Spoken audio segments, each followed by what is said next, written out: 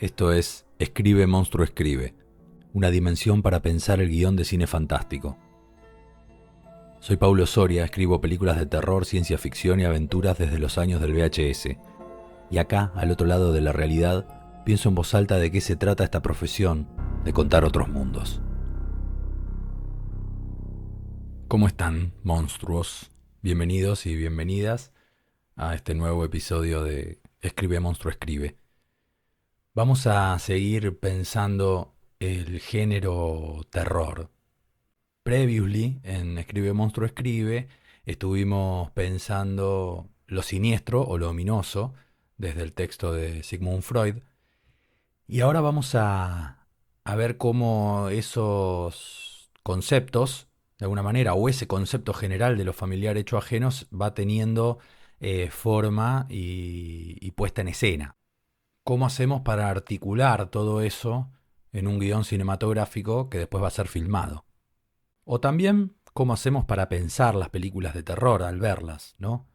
Analizarlas, entender cuáles son sus hilos, cuáles son las estructuras, los cimientos, toda la construcción de un relato de terror, al menos cinematográfico.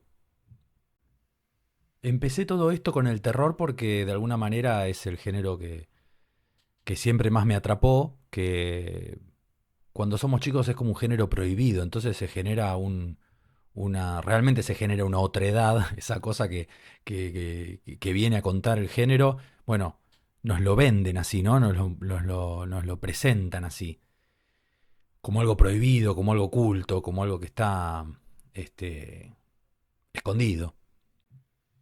Y entonces cuando lo descubrimos, bueno, por lo menos los que nos vemos conmovidos por ese género, nos cambia la vida, ¿no? Nos hace ver el mundo de una manera particular.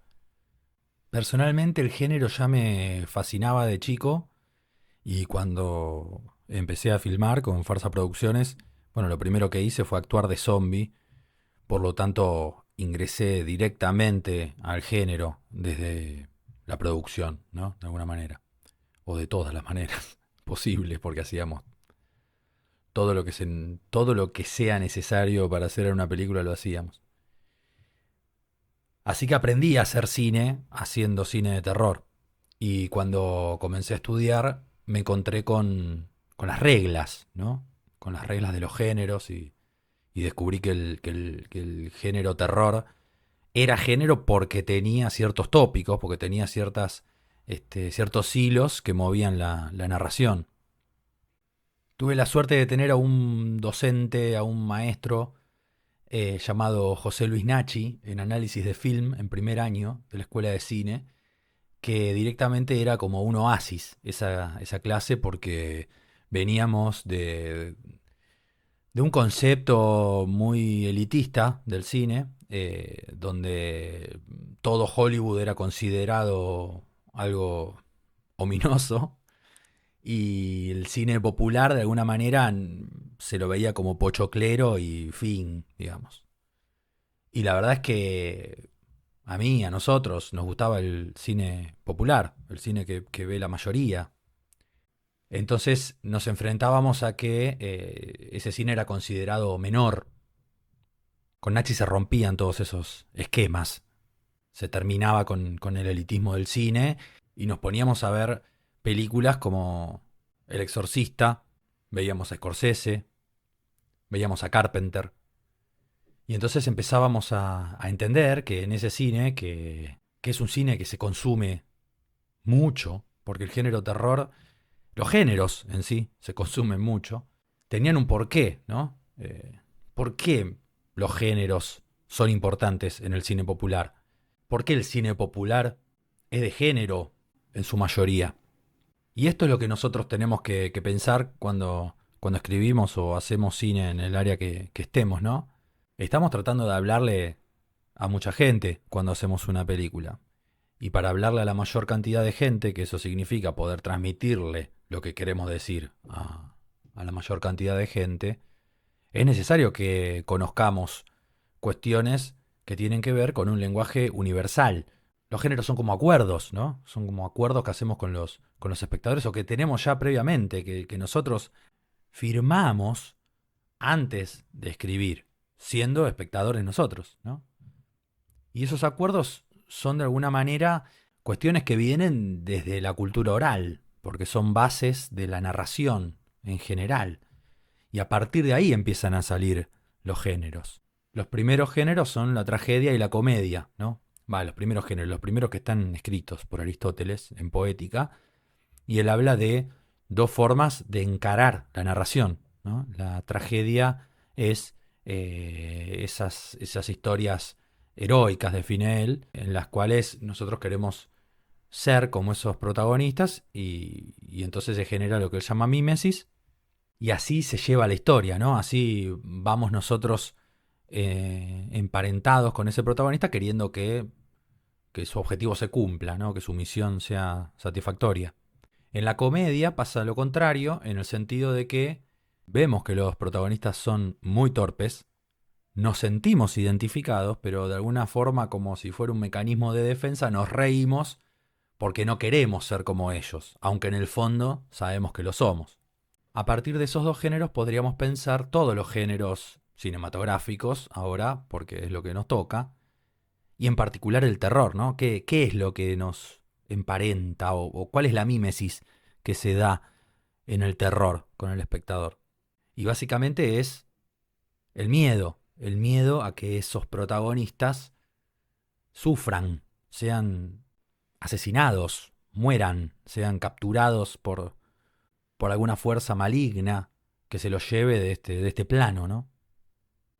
Cada género va a tener sus tópicos que vienen desde una memoria de siglos.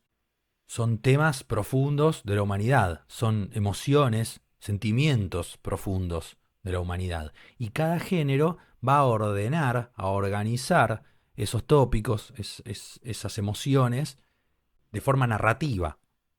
¿Por qué son clásicos? Psicosis, cuando Harry conoció a Sally, Star Wars, eh, Duro de Matar. ¿Por qué son clásicos? Además de porque son enormes películas, es porque apelan a cuestiones muy básicas del ser humano. Construyen muy bien esas cuestiones que vienen desde siempre, ¿no? Dan forma a esos arquetipos que nos unen a todos como humanidad. Si les interesa un pequeño repaso sobre los géneros cinematográficos, en mi canal de YouTube hice un videito de 1 minuto contando las bases de todos los géneros cinematográficos, o al menos los más pochocleros. Cuando Nachi entraba a dar la clase de análisis del film, ponía en la videocasetera un VHS y arrancábamos. Y me acuerdo particularmente que arrancó el primer cuatrimestre con El Exorcista. Y ahí me enteré de que los géneros tenían tópicos y que el género terror, que era el género que a mí me gustaba, tenía bases narrativas, tenía elementos comunes en casi todas las películas que articulaban esa manera de contar el terror, esa manera de dar miedo. De pronto me enteraba de que no había una sola historia en una película, también había una segunda historia, había un campo simbólico allí abajo, que en ese espacio era donde habitaba todo este cúmulo de cuestiones universales que nos unen como si fueran raíces a todos por todo el mundo, seamos de Oriente, de Occidente o del centro de la Tierra. Yo con mi gorrita de Jurassic Park, que venía de las clases donde solo se hablaban de falsos records y qué sé yo, quedaba completamente flasheado. Veníamos de ver Scream, en Scream habíamos visto que había ciertas reglas que son más bien un chiste que hace Kevin Williamson y Wes Craven. Ahí este personaje Randy tira 3 reglas que son que en una película de terror, está hablando del slasher en particular, ¿no? Del subgénero slasher. Pero él dice que en esas películas, para evitar que te maten, nunca tenés que tener sexo, nunca tenés que beber o tomar drogas y nunca tenés que decir I'll be back, ¿no? Volveré. Bueno, de alguna manera están jugando con la idea de que el género terror tiene sus reglas. Scream es la película que relanza el slasher y vuelve a poner al terror en el tapete del cine popular, ¿no? No plantea absolutamente todas las reglas, son tres reglas que inventan para esa historia, ¿no? Pero de alguna manera dejan instalada la idea de que hay reglas en el género, de que hay tópicos. Y además, como segundo mensaje, lo hacen mientras están viendo Halloween. Y Halloween es justamente, si bien no es el primer slasher, es el slasher definitivo, podríamos decir, en el sentido de que sienta las reglas. Se convierte como en una especie de canon, no solamente del género slasher o del subgénero slasher, sino del género terror en su totalidad. Halloween es una película de los años 70, que es un año en el que el cine de Hollywood empieza a ser completamente autoconsciente. Digamos, son directores que se criaron viendo películas, no como las generaciones previas, que por ahí no se criaron viendo películas, se criaron más con otras artes. Bueno, estos son los primeros que eran chiquitos e iban al cine. Entonces están completamente embebidos del lenguaje cinematográfico y lo perfeccionan y le encuentran la nueva constitución del cine, que es la que nuestra generación vio. Nos criamos con ese concepto del cine. Carpenter es uno de ellos y es el encargado de sentar estas bases o de ordenarlas para el cine de terror. ¿Cuáles son entonces los tópicos que convierten al género terror en una forma narrativa universal? ¿Cuáles son esos dispositivos narrativos que hacen que en el cine lo familiar se haga ajeno? La madre de todos los tópicos de terror es la inversión, o sea, lo que se da vuelta, lo que se invierte. Ese otro lado, eso siniestro que está oculto, aparece porque esta realidad se da vuelta, se nos dan vuelta las cosas. ¿Vieron en Stranger Things? El concepto de The Other Side es exactamente la imagen de esto, de la inversión. Stranger Things es de esa generación que se crió viendo a los autoconscientes, es como una autoconciencia de la autoconciencia, ¿no? Si lo que conocemos está dado vuelta, lo familiar se hizo ajeno, ¿no? Y el elemento, el objeto que mejor representa en escena esta idea es el espejo, porque en el espejo nos vemos invertidos. De hecho, nosotros nos conocemos más al revés que como somos, porque estamos más acostumbrados a vernos en un espejo que, no sé, que filmados o en una foto, seguramente. Entonces, a veces, ¿no les pasa que por ahí ven una foto de ustedes y les parece como rara la actitud, les parece que tiene la cara torcida? Eso es porque las asimetrías de la cara, estamos acostumbrados a verlas en el espejo, al revés de cómo somos en realidad. Así que de alguna manera es siniestra nuestra, nuestra relación con nuestra propia imagen, ¿no? Bueno, en el espejo, bueno, en Evil Dead 2 está claro, ¿no? Sale Ash del espejo, de su propia imagen, cobra vida, sale de ahí, lo agarra. Candyman, el príncipe de las tinieblas. Yo después de ver esa película, en realidad siempre que la veo me da miedo. Las dos películas que más miedo me dan son El Exorcista y Príncipe de las Tinieblas. Y siempre que vuelvo a verla, después paso bastante tiempo temiendo verme reflejado en el espejo del baño. Esto es una confesión bastante privada, pero no puedo dejar de imaginar en realidad cuando por la noche me veo reflejado en la escena de Father, la mina ahí como llamando a su padre al otro lado del espejo. ¿Y quién viene del otro lado del espejo? Viene el demonio, viene el anti todo, el anti realidad, el anti Dios. Y viene a invadir este mundo. Y viene a través del espejo. ¿Y cómo lo vencen? Rompiendo el espejo, tirándose, parándolo del otro lado y rompiendo el espejo. Así se termina la posibilidad de que pueda ingresar. No se termina en realidad porque el mal es invencible, ¿no? Pero por lo menos esa batalla se la ganan. Es interesante también en Black Swan, por ejemplo. No es una película exactamente de terror, pero tiene muchísimo. Y la relación de ella, del personaje de Natalie Portman, con su imagen en el espejo, que es justamente su inversión, es muy terrorífica. Otro tópico del género terror, también analizado por Freud en Lo Siniestro o lo Ominoso, es el tema del doble, o el doppelganger, creo que es alemán, que es esa otra cosa que toma una forma parecida a nosotros. Por ejemplo, el zombie, el muerto vivo, el doble de The Thing o de Body Snatchers, pero también el personaje que se convierte en otro, ¿no? Que es tomado quizás por otro, como en Psicosis.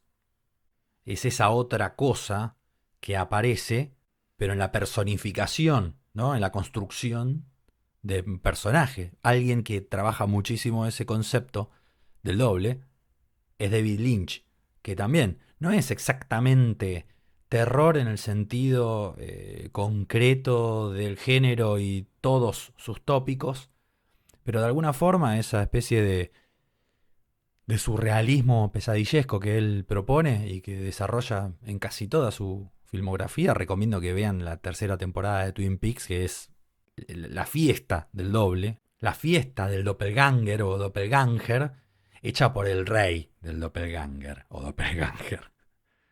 Y si no tienen tanto tiempo, vean o revean Carretera Perdida, que básicamente es una historia de un personaje que en la mitad de la película transmuta a otro. Y su historia, la segunda parte de la película, es otra historia que en realidad es espejo de la otra, es una inversión de la otra historia, donde hay personajes simétricos que funcionan de manera similar en cada una de las historias y dialogan entre sí. Finalmente se une todo en una locura lynchiana y el concepto del doble explota.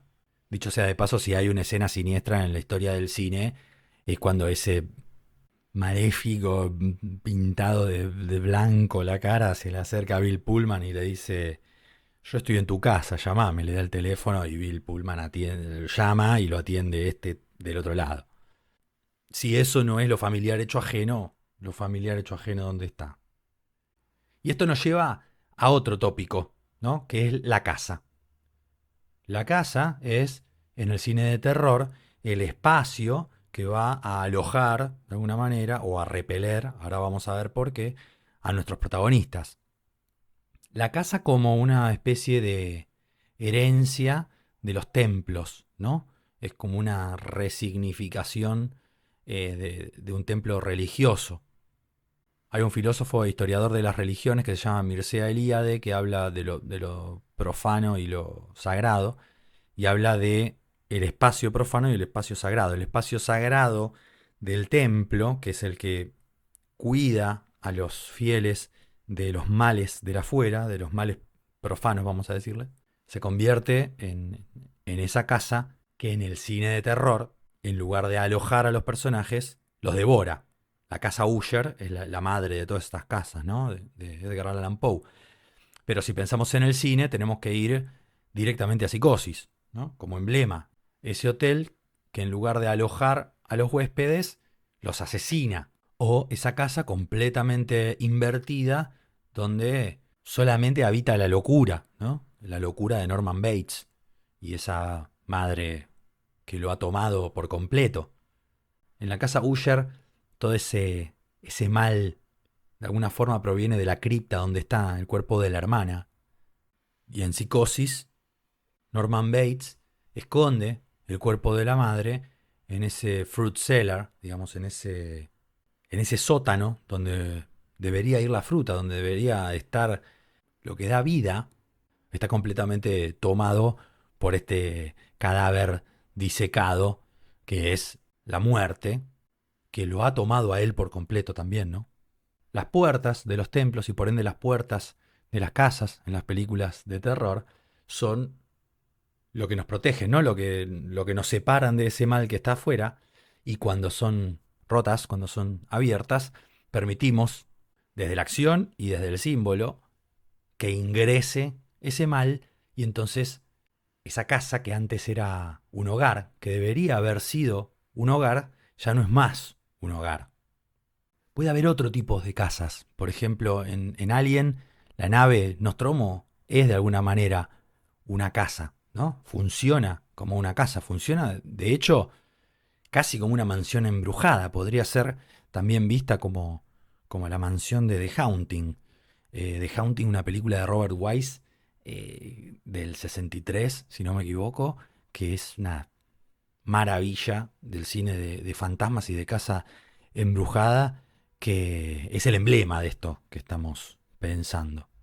Pero también la casa en El Exorcista, el sótano en El Exorcista, la primera vez que hay una manifestación del demonio frente a Regan cuando está jugando ahí con la tabla Ouija en la mesa de ping pong, es en el sótano.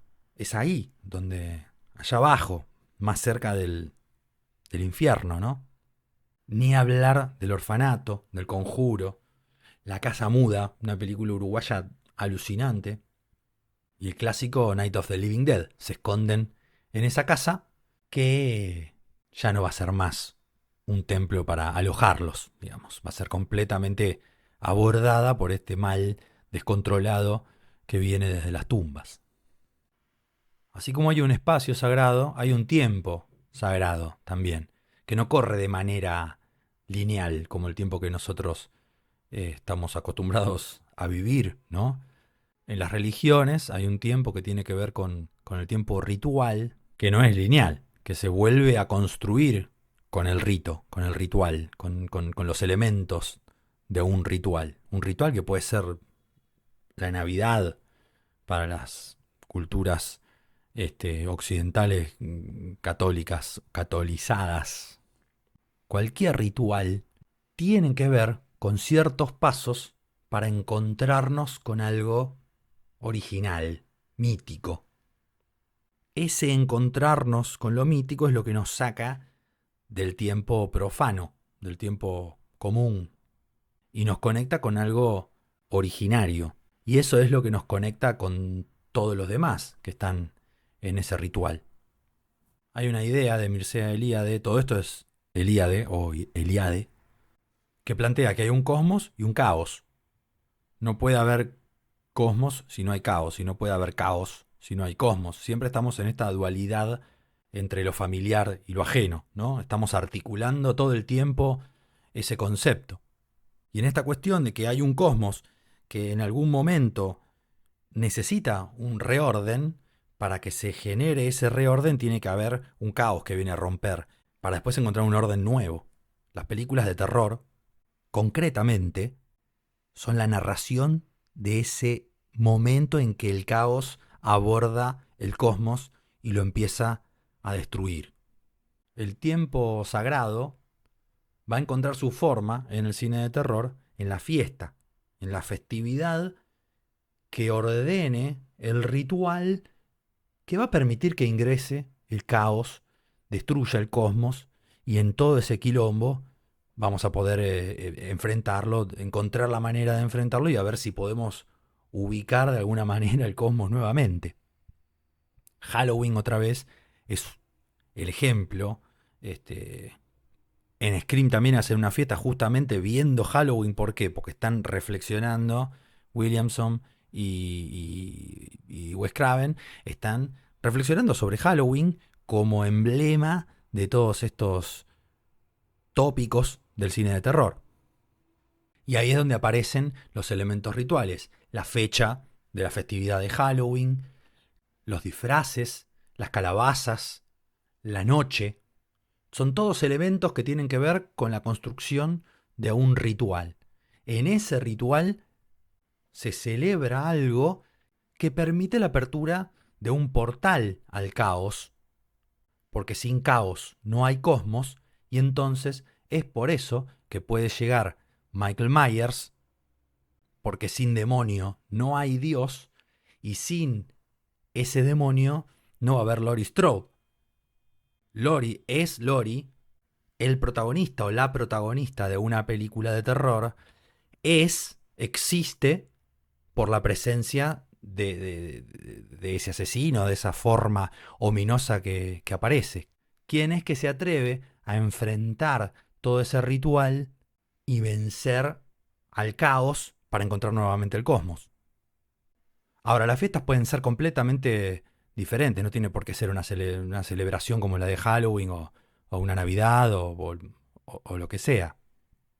Pueden ser fiestas comunes que se invierten. De hecho, de alguna manera Halloween es un juego, ¿no? Es ya este, un juego para los chicos, ¿no? Y que en la película se pervierte por completo, ¿no?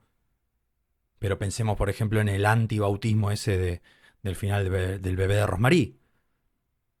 Es un antibautismo porque están bautizando al anticristo. Es como un juego. O en el Día de la Bestia, que es justamente una antinavidad, un antinacimiento, ¿no? Eh, Ahí Alex de la Iglesia justamente juega a este ritual que lo invierte, da vuelta a ese ritual de la Navidad para hacer aparecer al demonio, que en definitiva aparece frente a nosotros. Está la teoría de que lo están imaginando, ¿no? Y de que todo eso lo imaginaron. Yo creo que no, yo creo que lo ven que sucede. Es porque entro en ese ritual, entro en ese juego. La fiesta de graduación de Carrie también es un ritual que tiene que ver con el pasaje de una edad a otra también, ¿no? Toda la película habla de alguna manera de eso, es como un coming of age sangriento. Lo loco en Carrie es que el mal, de alguna forma, la habita ella, ¿no? Es ella la que genera un mal. Habría que pensarlo bien, porque lo que pasa es que en realidad habría que pensar si el mal que le hacen a ella no es mayor al que genera, ¿no? Después, la destrucción absoluta del pueblo y de todo.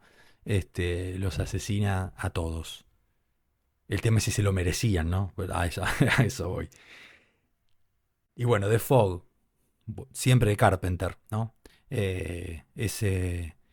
Ese pueblo que fue fundado 100 años antes, que están festejando el centenario, y fue fundado sobre asesinatos, sobre la corrupción más asquerosa. Entonces hay un ritual de aniversario y se abren las puertas a lo más terrible, ¿no? A estos fantasmas que vienen a buscar lo que les robaron. También son un poco Carrie esos fantasmas. Otro tópico del género es la ausencia del padre, en el sentido simbólico, ¿no? Si bien muchas veces es la ausencia del personaje padre como un concepto de familia conservador, tradicional, en el cual el padre es la autoridad, pensémoslo como algo simbólico, ¿no?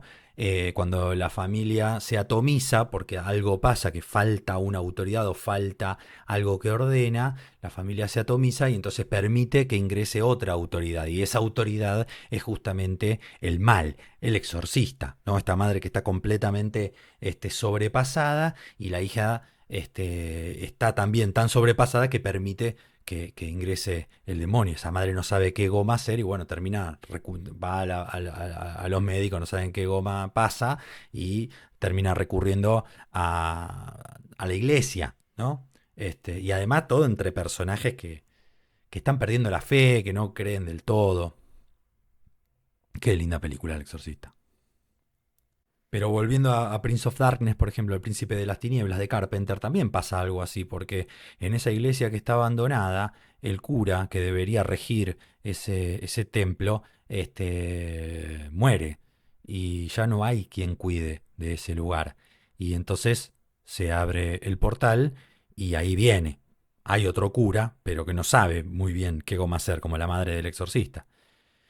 Entonces el mal ingresa. Esa ausencia de autoridad permite que el demonio, en estos dos casos, entren.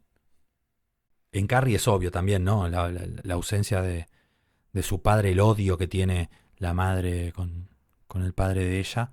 En Psicosis, ni hablar en Psicosis. Y en Scream también es interesante porque tiene como una cuestión la ausencia de los padres, ¿no? Del padre de Sidney, el padre de Billy también, porque toda esa atomización de esas dos familias es lo que trae aquí la llegada del mal, ¿no? Es lo que enloquece a Billy, y mata a la madre de Sidney y después secuestra al padre y empieza a generar toda esa bola de asesinatos a su alrededor. Y todo tiene que ver con familias atomizadas, con, con autoridades que no están. Y hablando de familias atomizadas, así como una especie de paréntesis, más que nada de familias invertidas. Si bien esto es como, sí, se va por las ramas, pero me parece que es lindo pensarlo un poco como algo que emerge de acá, son las películas de Rob Zombie, ¿no? Rob Zombie es un tipo que incluso cuando hace la remake de Halloween, toma el tema de la familia freak, la familia deforme, y lo aplica ahí, ¿no? Todas sus películas hablan de la familia. Y creo que Rob Zombie en realidad es más bien un romántico del género, y como romántico se mete en lo familiar y le da vuelta esta idea de la familia atomizada. Son familias o grupos familiares o comunidades, como las quieran interpretar, en las que el mal de alguna manera habita, pero que es una cosa constitutiva de todo ese grupo humano. Y es de alguna manera mal visto por todos los demás. Creo que hace como una especie como de familias Carrie, ¿no? Es muy lindo lo que hace Rob Zombie, la verdad. Es para verlo y reverlo todo el tiempo. El siguiente tópico es la aldea. La aldea como, dice Fareta, topografía ideal del cine de horror, ¿no? Es este lugar donde nos permite, al ser tan chiquito, al ser diferente a las urbes, a las ciudades, nos da la posibilidad de construir arquetipos. Son menos personajes, los conflictos son más sencillos de construir para contar una fábula, que en definitiva es lo que hacemos cuando hacemos películas. Y la contención de esos espacios en el terror es muy bueno, porque permite ritualizar mejor, permite la construcción de arquetipos mejores y permite una intimidad ideal para construir el miedo. Porque el miedo es una sensación muy profunda e íntima. Y los espacios cerrados y las aldeas, como microcosmos, digamos, nos permiten generar una cosa claustrofóbica y de no poder salir de acá, como si no hubiera manera de escapar. Es difícil, o era difícil, encontrar películas de terror que sucedieran en ciudades, ¿no? Polanski es un maestro en eso, en El bebé de Rosemary en El inquilino, en The Tenant, construye estas cosas claustrofóbicas en el medio de una ciudad. El inquilino, qué cosa terrible. Y sin embargo es en una ciudad, ¿no? Pero bueno, construye esta idea de aldea en esos vecindarios. También Alex de la Iglesia lo hace en La Comunidad. Tiene que ver con lo claustrofóbico, tiene que ver con personajes que nos quiten el, el aliento, el oxígeno, y no nos permitan ver más allá, nos metan más para adentro. A esto iba con la idea de intimidad, ¿no? Que no podamos ni siquiera movernos, que nuestro cuerpo sea una cárcel. Y la aldea nos permite esta forma narrativa, ¿no? Este espacio reducido nos ayuda a construir todo eso. Y por último, quería pensar el tópico de la máscara en el cine de terror. La máscara como esa cosa que cubre el rostro del mal, que simbólicamente es heredado, en teoría, de los carnavales de la Edad Media, en la cual se disfrazaban de demonios, ¿no? Entonces, estos personajes de Michael Myers, Jason. Incluso el maquillaje y toda la cosa de Art the Clown de Terrifier son máscaras, son representaciones casi paródicas de lo demoníaco. Pero no es nada más que eso. Eso es lo que funciona de forma simbólica, si queremos como ir a la cuestión de lo ritual y a lo mitológico, ¿no? Pero además la máscara es la puesta en escena de la base escénica del horror, que es el fuera de campo. Es lo que no vemos, lo que no nos muestran. Por más que tengamos a Michael Myers de cuerpo entero, esa máscara sin rasgos, sin mostrar un ápice de humanidad, nos construye en nuestra imaginación quién es Michael Myers y qué es todo eso de lo cual es capaz de hacer. El solo hecho de poner una máscara nos dispara la imaginación.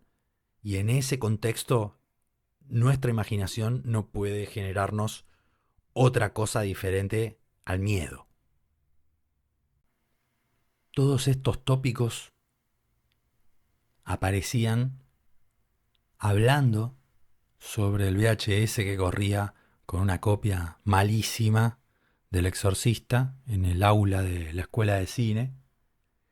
Y Nachi los iba explicando y yo me iba fascinando. Por esos días estábamos escribiendo Nunca asistas a este tipo de fiesta, que fue mi primera película, la primera película que escribí y dirigí, y corría a aplicarlos. Están todos los tópicos puestos así, tirados así, encima de la historia. La máscara, la casa, la fiesta, todo, está todo. La aldea. Y ahí empecé a probar cómo era esto de aplicar todo esto que de repente me estaba haciendo ebullición en la cabeza, en una historia, en un relato, y después ver cómo funcionaba en los espectadores.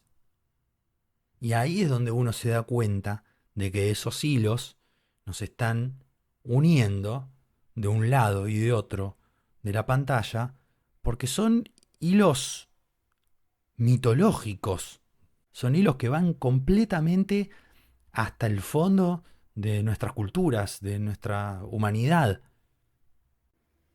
Así que si hay algo que les deseo a todos ustedes es que alguna vez hayan encontrado o alguna vez encuentren a su José Luis Nachi que les señale eso que para ustedes va a ser importante para toda la vida, que va a ser la base de lo que van a hacer por el resto de sus vidas. En mi caso fue eso. Estos tópicos que estuvimos pensando en este rato son las claves de finalmente lo que más me apasiona en la vida, que es escribir y ver películas de terror.